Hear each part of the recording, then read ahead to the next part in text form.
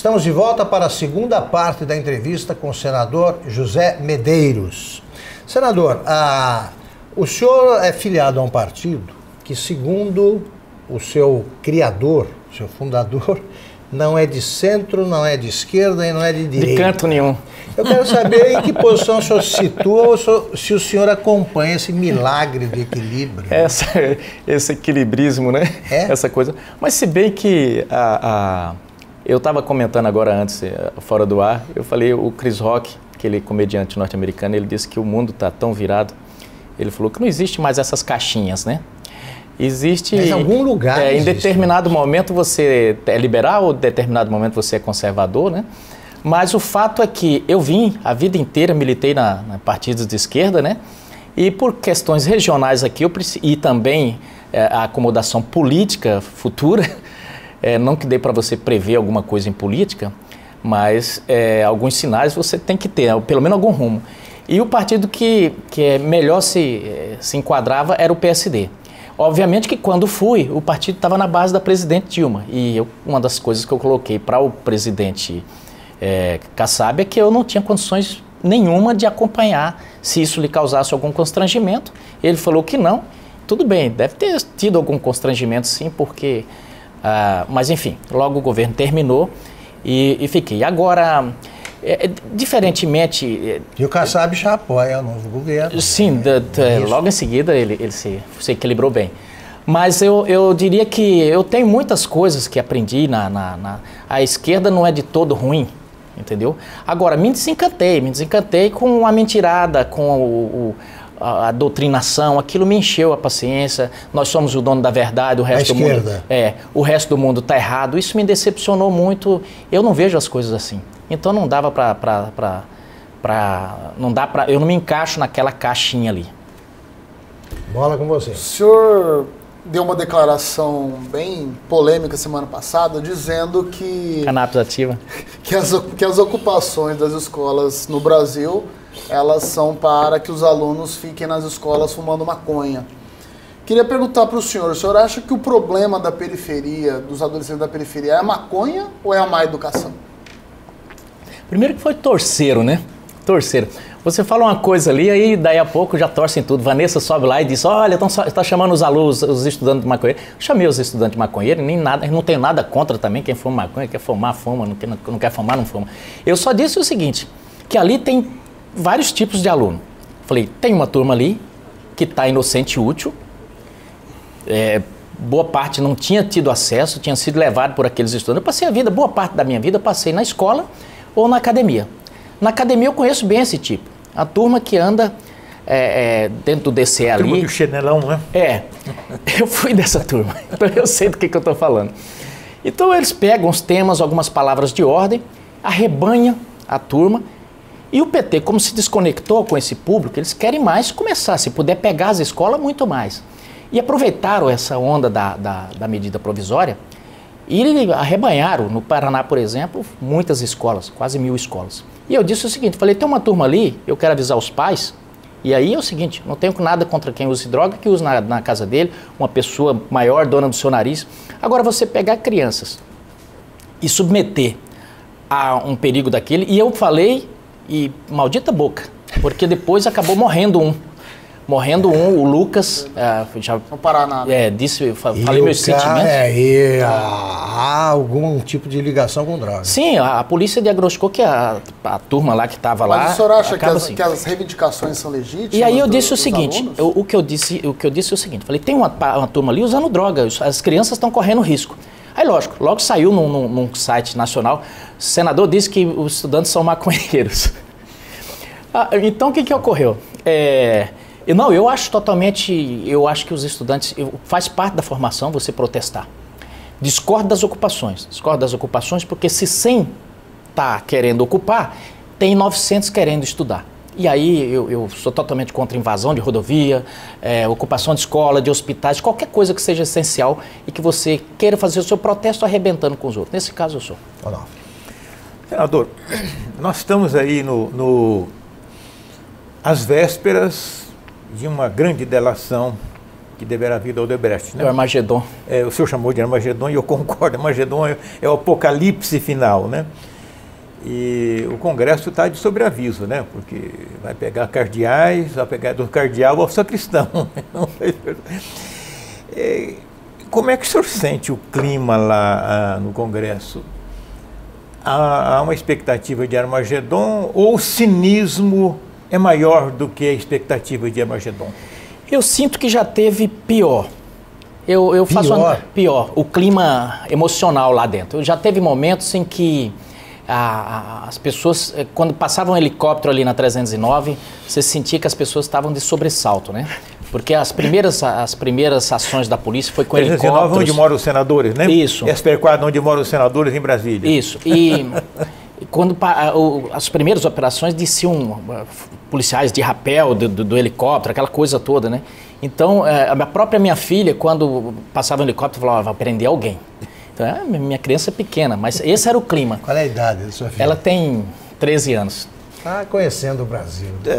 E aí, eu senti aquele clima pesado, consternado, né?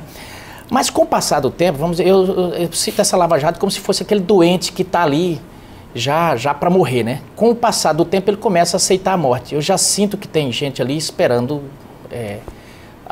Você sente que ele já, mais ou menos assim, olha... Já entregou? Está só esperando a hora de acender a vela. Exato. Eu acho que um exemplo disso, ele não é senador, mas é essa tentativa de delação feita pelo Duda Mendonça, né? Ele já sentiu que a água chegou ao pescoço, então ele quer se antecipar, porque ele não tem nada a informar além do que a Odebrecht vai revelar.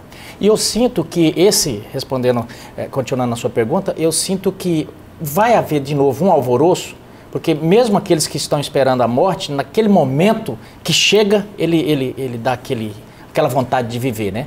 O caso que aconteceu com o Cunha, correu o boato lá de que no momento que ele ficou sabendo, ele começou a ligar para todo mundo, eu vou ser preso, mas ele já estava esperando aquilo.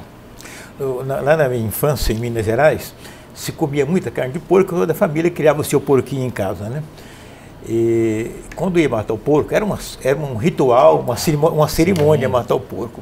E o papai insistia sempre, cuidado com o coice do porco na hora que vai morrer. É um coice curto e certeiro. Nós estamos no clima de coice de porco no Congresso. Dando coices assim, né? Pois é. Sobrou até para o juiz. Né? Sim, o juiz eu tenho a impressão que vai ter um monte de coices aí. Aí de quem estiver perto, né?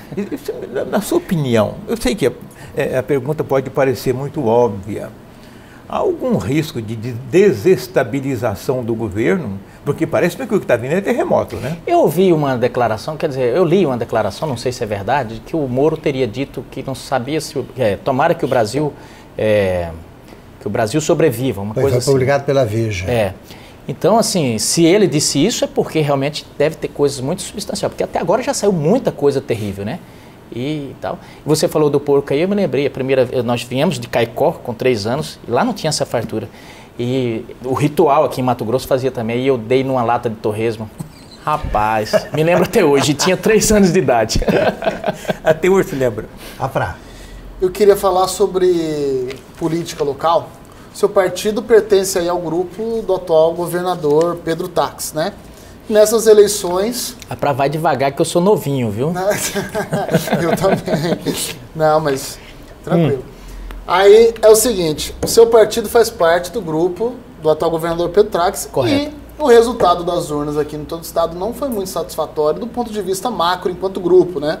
Perdeu em Cuiabá, perdeu em Rondonópolis, perdeu em Sinop, perdeu em Barra do Garça, cidades importantes. Apesar do PSD, por exemplo, ter ganhado em Lucas do Rio Verde, que foi uma surpresa, que é a única que eu consegui lembrar aqui, que acho que é a cidade maior do estado que vocês conseguiram ganhar prefeitura. Queria que você fizesse uma avaliação. Como é que o senhor vê agora, a partir dessas eleições de 2006, o passo para 2018, PSD, relação com o governo Táxi? O senhor acha que vai continuar nessa relação? Completa. De grupo? Como é que o senhor... Sim. Avaliação que o senhor faz? Eu só quero acrescentar o seguinte, qual foi o recado, em sua essência, das urnas aqui em Mato Grosso?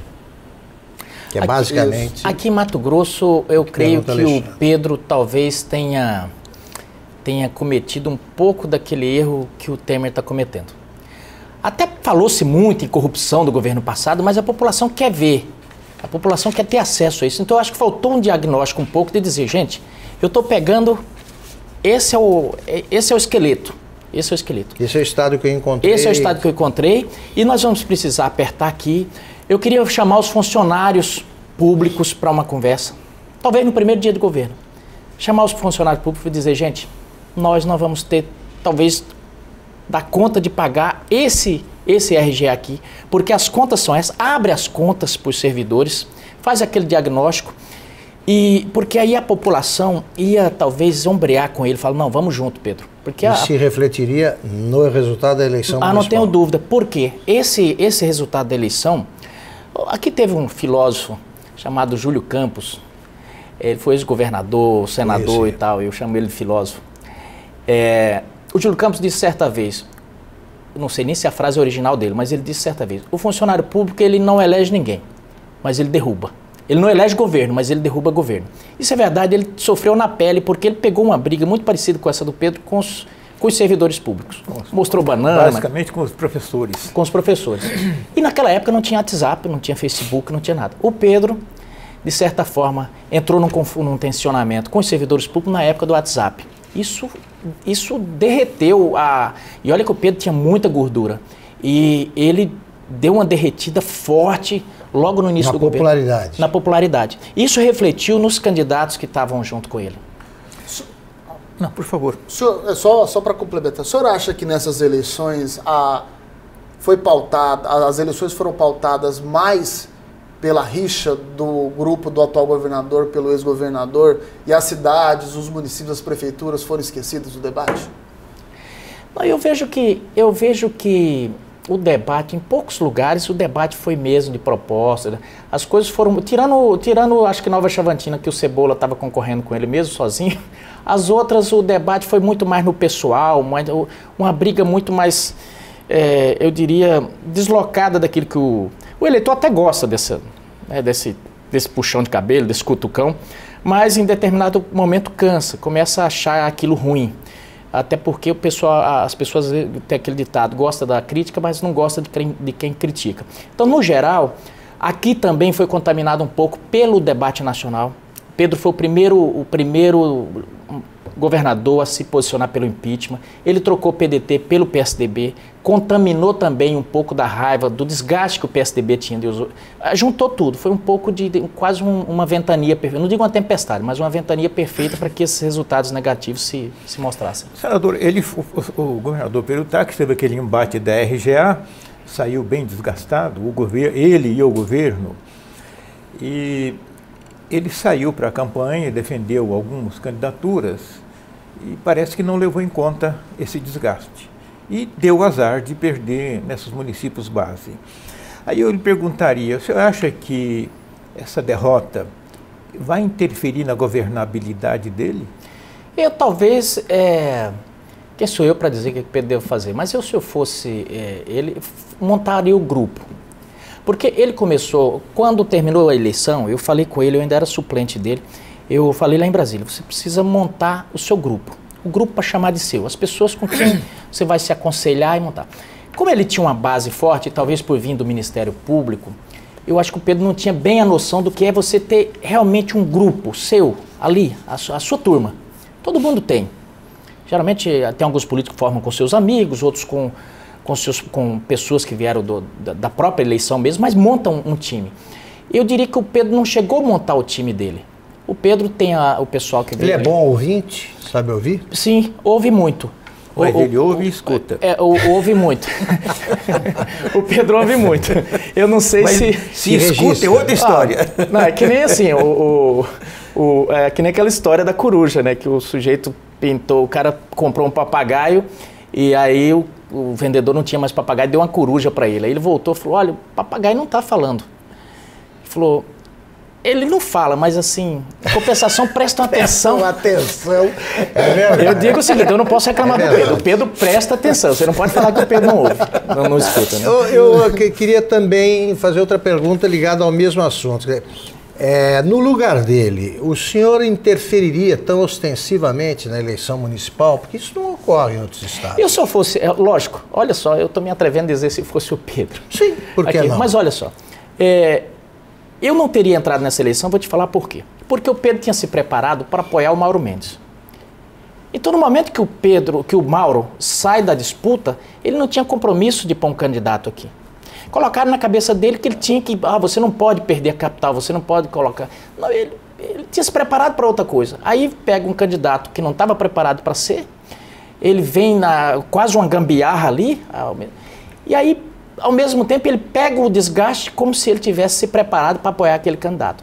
Então, eu acho que foi um ônus bem pesado. Talvez, daqui a uns anos, Pedro não tomará mais uma decisão dessa. O senhor acha que tem faltado a ele um aconselhamento político mais amadurecido? Porque ele não tinha obrigação de ter nenhuma autoridade política, porque ele era um procurador, sim. Foi senador por um tempo muito curto, e está governando um Estado que tem as suas contradições, sobretudo na política, né? Eu consigo entender ele... Última resposta deste bloco. Sim. Eu consigo entender ele, Arnolfo, porque, veja bem, você está no Ministério Público hoje, e qual é a matéria-prima principal do Ministério Público hoje? Praticamente a classe política. Os nossos índices de resolução de homicídio é quase zero. Então, hoje, praticamente, a justiça se debruça sobre essa matéria-prima política. Então, a desconfiança com o meio político é muito forte. E ele vem, de repente, para esse meio. E aí eu sinto, talvez, isso é uma hipótese minha, talvez seja um pouco essa dificuldade dele de se aproximar, de poder fazer esse cimento com os atores, com os agentes políticos. Talvez seja um pouco isso, e ele não conseguiu montar um grupo ali em que ele possa ter realmente confiança. Mas isso eu creio que é vital para a continuidade dele na vida política. Vamos para outro breve intervalo. Voltamos daqui a pouco com a terceira e última parte da entrevista com o senador José Medeiros.